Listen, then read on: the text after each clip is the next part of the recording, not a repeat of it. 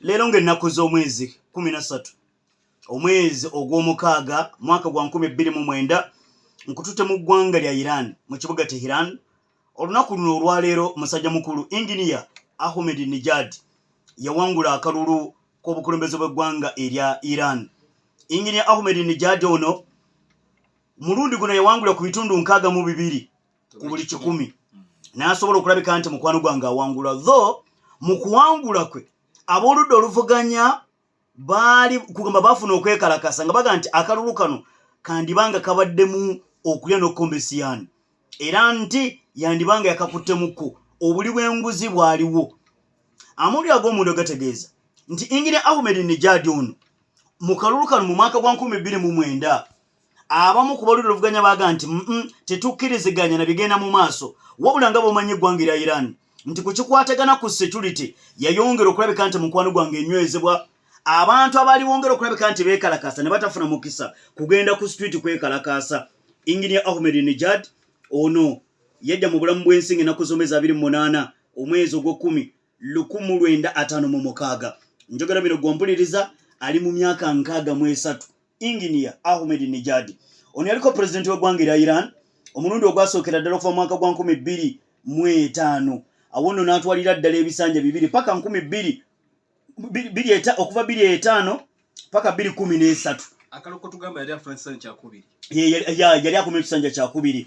Engineer Nejad ono yaliko meeya w'ekibuga Tehran mugerageranye ku Ssaalongo Erias Lukwago, naye yasookako okubeera meeya w'ekibuga ekimanyiddwa nga Tehran paka gy'oli abalamu mu kalulu okwongera okulabika nti 2012 awo ebintu tebyamutambulira bulungi. 2012 akalulu ke yawenja okusobola okulabika nti ye president w'eggwanga erya Iran yajja bategeeza nti waliwo sente ze yakozesa ezaali ez'enjawulo nga tezikkiriza kugamba ng'amateeka g'eggwanga erya Iran tegazikkiriza era baga nti ayina sente nguzi gye yagaba.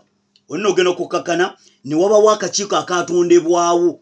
Akakiiko kano nga kakubirizibwa waggulu supreme leader w'eggwanga erya Iran Ayatollah Said Ali Khamenei naga nti atutandika okutunulira Engineer Ahmed Nejad singa bukya ku makya omusango ne gumusinga baali bamaze okukola enteekateeka emuwenyula kibooko 47 nga bagenda mu kuba kibooko 47 paka ne baga nti tumusajja tumuleke, naye nga baali bateeseteesa akakiiko kaatuula baga nti omusajja ono tumuwenyula kibooko 47. Engineer Ahmed Nejad yakulembeera Iran yali abogola nnyo abatuulize bandyetaze okumanya Nejad yaddawa.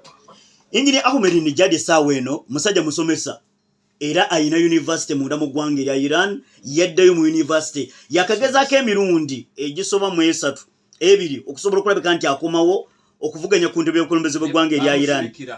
2017 bwe yajja eyali abaddeko president olw'okuba takkaanya na supreme leader Ayatollah Said Ali Khamenei ne bamugamba nti takulifayinga kwesimbawo ku ntebe y'obukulembeze bw'eggwanga lya Iran nenga tosobola kulembera Iran nga tonatakonera exactly kubanga yamanya nti ono mu biseera bwe yali nga ye president ojjukira Israeli ojjukira Saudi Arabia ojjukira eggwanga erya America awo wonna ng'akangaza bukangaza. So ensonga lwaki twagadde tujjukire leero ng'ennaku z'omwezi 13 omwezi ogw'omukaaga mwaka gwa 2029 bwe lutyo mukwano gwange bwe lwali.